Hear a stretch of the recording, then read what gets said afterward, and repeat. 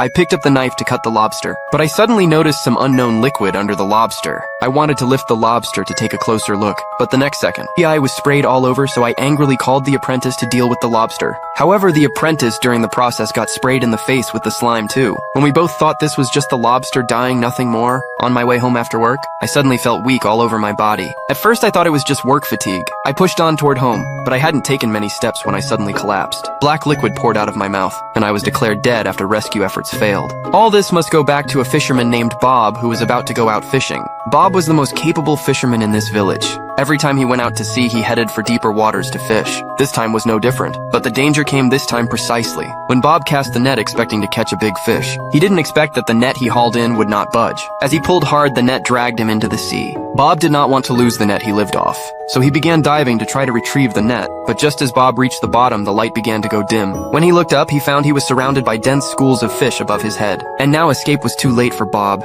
He could only watch as the fish engulfed him. Meanwhile, at a shoreside observation station, a biologist named Charlie suddenly received a message about a submersible malfunction. To recover critical observation data, Charlie rushed to the beacon site to get the instrument. Under inspection by technical staff, they found water leakage had damaged the circuit board. After installing a new board, Charlie and her boyfriend Mike headed to the target waters to redeploy the submersible. But no sooner had they lowered it than Mike discovered white block-like objects floating on the surface, emitting white smoke. Charlie calmly scooped up one of the objects, then lit it with a lighter and found it was combustible ice. Then countless pieces of combustible ice rose to the surface. Charlie was stunned by the phenomenon, because despite years in marine biology protection, she had never seen this before. To investigate the cause, Charlie recorded the footage and sent it back to headquarters for research. At another coastal site, a killer whale covered in strange wounds was beached.